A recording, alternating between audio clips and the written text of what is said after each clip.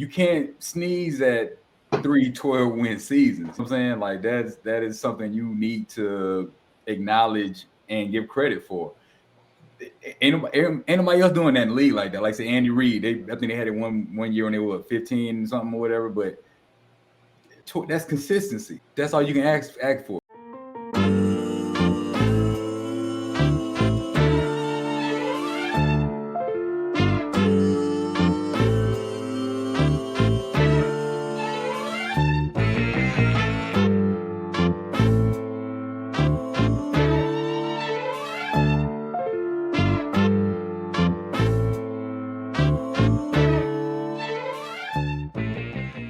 All right, welcome to another session with them Dennis boys. You got your boy B, Debo, EJ. We're here to talk about this new news of us retaining Mike McCarthy for another year. We'll give our little spill on that. What you think about it, Debo? Like I said before, man, I'm good with it because I don't think he was really the issue for our downfall in the first round exit. Mm-hmm. I don't even think maybe he wasn't even the issue in the last couple of playoffs. I just feel like Jerry Jones hasn't really set him up to be in position to win per se. I just think we've been getting by, and like somebody made a good point earlier today, Jerry Jones is just comfortable, so he just do just enough to make himself comfortable, and that was like the perfect description of what's going on. So we just do just enough to win and not to actually win a Super Bowl. So I think it's just one of those situations. I took the stance that I was neither really for or against it in terms of the coach himself. Mm-hmm. What I mean by that is if we didn't keep him, I wouldn't have been opposed to that for a number of different reasons. One being not making any headway in the playoffs. Two, expecting something to change with definition of insanity, doing the same thing, same way, and expecting something to be different. Mm-hmm. I just didn't feel that strongly one way or the other. On the opposite side, I don't feel I have to look at it and give him credit for, 36 wins in 3 seasons. I mean, that's no small task. If you look, that's what maybe 20% of the league maybe accomplished that. Yeah, he's only second behind Andy Reid, being during that stretch. So I mean, that's only about one win. I think it was 37 to 36. So I mean, that says something. And Andy Reid, the Super Bowl champ. So yeah, and I mean, looking at his record, I mean, it's not like he totally doesn't know what he's doing, because this season in itself shows that he has the aptitude to do the job. I just think circumstances just didn't fall our way. And the biggest circumstance was, of course, this past weekend when we had that big blow up. But, there's no excusing that. There's enough fault to go around a lot of different places. But as far as having us on the right track and, showing that we're a valid team with a valid shot to go to a Super Bowl, he's done his job in doing that. Are the Cowboy fan expectations always going to be high? Yeah, and they should be, as should be the members and coaches of that staff. But the reality is we're only as good as the parts of our team that we have. And like I said, there's a lot of fault to go around. Our personnel, I think we could have done a better job of getting better personnel. For sure. There's a lot of positions that we could have strengthened that we didn't. And I don't know how much pull McCarthy has with the Joneses in terms of being able to get personnel, because based on what I've seen over the years, it seems like the Joneses make all those decisions, and it's their way or no way. So maybe he couldn't impact that in any kind of way. But I mean, there's a lot of things that we could have done to make sure that this past weekend did not occur in the manner that occurred. I don't mind losing, but that was just like a travesty. That was just like, that was ridiculous. I mean, I don't have words for it. True. Yeah, I feel y'all on that, man, and listening to y'all talk about it, man, made me kind of ponder about the whole situation with our whole organization as a whole. You can't sneeze at 3 12-win seasons. You know what I'm saying? Like that is something you need to acknowledge and give credit for. Ain't nobody else doing that in the league like that. Like say Andy Reid, I think they had it one year when they were 15 something or whatever, but like that's consistency. That's all you can ask for, successful and consistency. And after watching, a full sample size this season, I'm leaning more towards that the coaching staff really covered up our personnel issues that we had. We got bigger ones that we really don't even know. You know what I'm saying? Right. Honestly, with the linebackers and passing that over with safeties, that's a major glaring issue.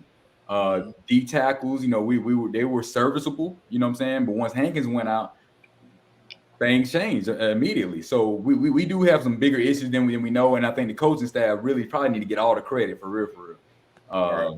Yeah, so I'm gonna have to agree with them retaining him, man. At least that one more year to finish out the contract to really see what's up. But at the same time, they're gonna have to give him some weapons because right now, you really think about it, then we ain't signed no big free agencies.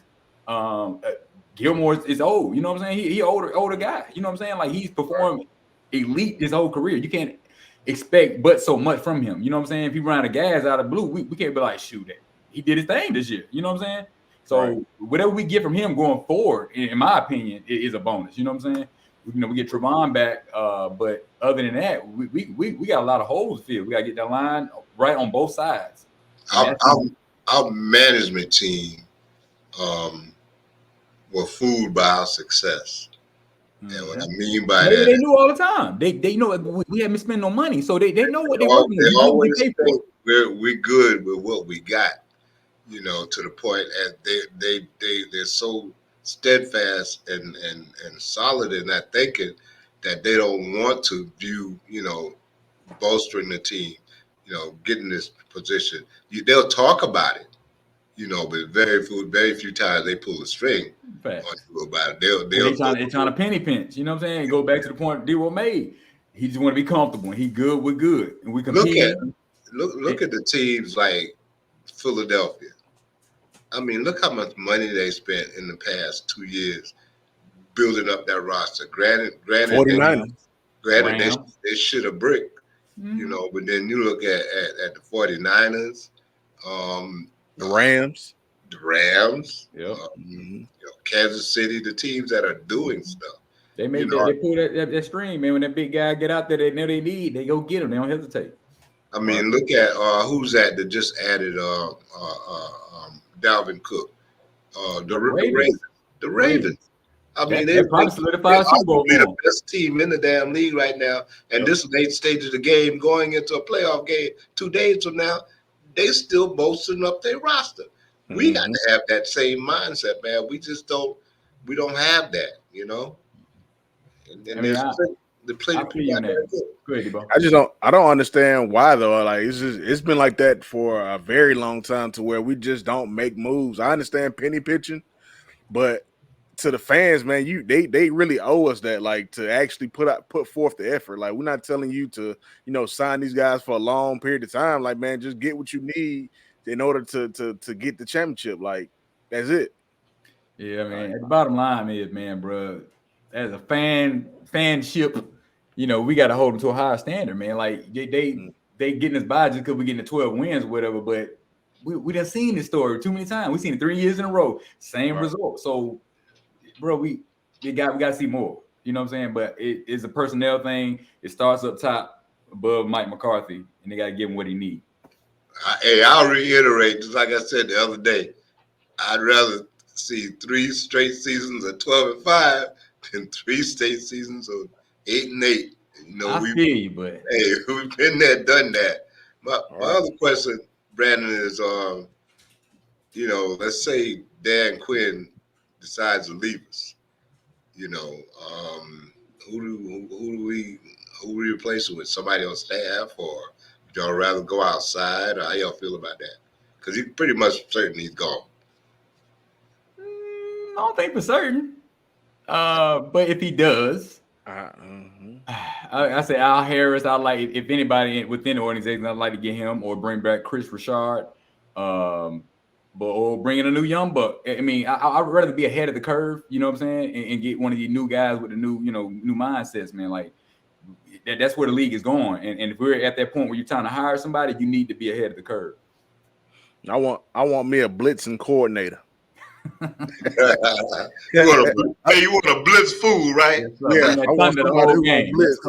I mean, we got the reason I say that is because, man, we really have the secondary to do so. Like, we're very talented in our secondary, and if it's for whatever reason, I don't know why Dan Quinn just don't put pressure on no quarterbacks.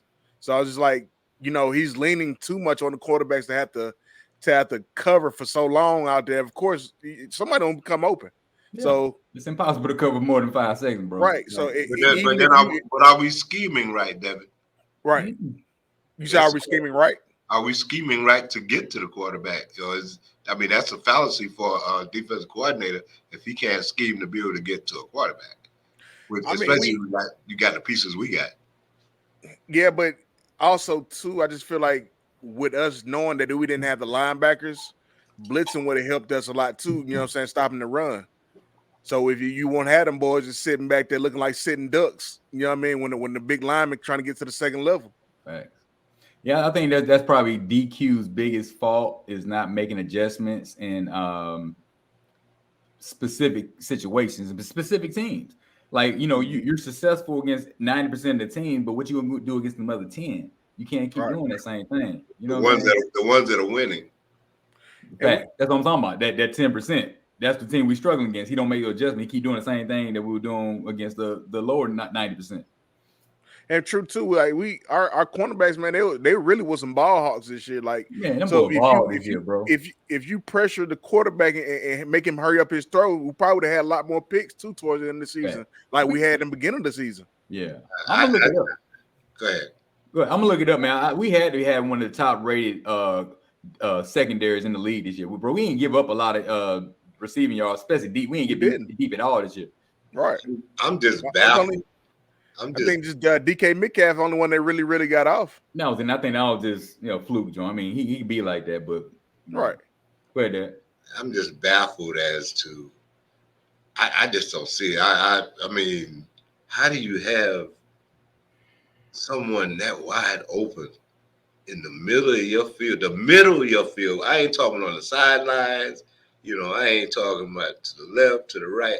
But that's the thing, like the center of your field. We've been playing man majority of the year. We're playing man. And you playing that dang zone and we getting killed. We ain't got zone corners or zone linebackers for that fact, for sure. We damn sure ain't got no zone corner as a linebacker. So that didn't even look like a zone. It looked like they were just out there. That's what I'm saying. That was on it. You guard in your little area, and Jordan Love was slicing and dicing, killing them right there in the middle third. They look lost out there, to be honest. We really made it easy on them. We didn't make him make no tough throws, nothing. I mean, these boys running wide open. Wide open, bro. You do throw it to a spot, and boy going. That's it. Gone. That's all they did the whole game. We made him look like he was like Jesus. Like, I ain't understand that. All the boys did to change their depth and their route. That was it. But Brandon, getting back to something you alluded to earlier, do you really think Al Harris would be equipped to take over a defense? I think so. I mean, what makes you say that? Because I mean, he's been in the league coaching for a long time now. At this point, he had a stellar playing career. All the players respect him. You know what I'm saying? OG. I don't know if he want to take on that position because he seems like he's more kind of an introvert for the most part. But who knows? He might want to. You know what I'm saying? He been hanging around for a reason. But does he have that kind of experience? Though is the question. Most players are position coaches first. He's been coaching most of DBs, and most of his career. I mean, Chris Richard. Yeah, you're right. But Rashad was also assistant defensive coordinator. You made that, yeah. So I mean, so he gained a little knowledge. Al Harris doesn't have that kind of experience. I like the way I like Al Harris now. I would love to nothing see more than brother get a chance. But just like you brought up the other day, what's his name? Aaron Williams. What you brought up, they gave him an opportunity. I'd like to see the brother get a chance. But I'm all for it. But I like Al Harris as the DB coach for the simple fact that he's so hands-on with them. you can tell he helps them improve. So it's like you would kind of really want him to actually be in that position to be on our team. Now, if he's going to another team, I'm like, yeah, I would like to see him as a D coordinator. But on our team, I feel like he has such a great bond with them boys as the DB coach, and he teaches them step by step every little mistake. He breaks it down for them. Like if you listen to him on the sideline sounds, like you can tell, like he like, man, hey, they gonna throw the ball like they down. You know what I'm saying? So it's like, certain things like that. Something a defensive coordinator can't really come over there and just talk to one specific person or like that, like break it down. True. So I feel like him being a DB coach that really helps us, benefits us as the organization. That's true. You can't keep no premium talent down like that. Now y'all know that none of the axes have fallen yet. You know, gonna be a couple more axes fall. I tell you, everybody waiting for that big joke. Everybody trying to see what Harbaugh gonna do, man. That's the big. No, I'm talking on our team with staying. There's a couple of people gonna be gone for sure. I don't know who they gonna be, but you on roster side or players? I mean, coach's side. Coach's side. Oh, definitely on roster side, but coach's side. Roster about to flip. Yeah, roster definitely on. That's gonna be a whole new ball game there next year. Some need to. Hopefully to the good. Sure. But coaching wise, somebody got to take the fall. That this is going to happen. I look forward to the next day or two. You're going to hear some names drop. Yeah, but I mean, I think hopefully Quinn. Maybe not though. Good. You never know. Maybe not. Maybe not. I just depending on what Quinn do. Right. That's what it's going to come down to. Yeah. And I don't really feel like nobody per se is going to get gone or get cut or whatever, but I just think now the biggest thing is just getting the personnel in the offseason. That's it. And this is going to tell the story because, like you said, this is Dak's his contract year. This is McCarthy his last year on this contract. Like this is going to tell it all. So they're going to hopefully they get what he need. Hopefully. Yeah. Hopefully Jerry Jones is like I said, comfortable enough to where he was satisfied to see. He said that we were so close. I don't like him using that word because being the first round exit is not close. That's not close. That's not close. Like, so hopefully he definitely misspoke on that. Yeah, he did. Yeah, I don't know where he was. I think he just was talking. I guess. Yeah, they need to cut down his mic time. Yeah. As he gets older, they need to cut it down. The longer he go, the more dangerous he gets. Facts. Yeah, I don't think they're really listening to what Jerry's saying. He's getting older now. Yeah, he hated man. I told him he's getting older. When he says that, that's where his mindset is at, and that's the message. I'm getting older. Hey, y'all got to either shit or get off the pot. Well, hey, he need to make the next move his best move then. Facts. So, on that note, fellas, hey, we're going to wrap this up, man. We thank y'all for joining us, man. Listen to our spill on this Mike McCarthy news, man. But until next time. All right. I'm out, y'all.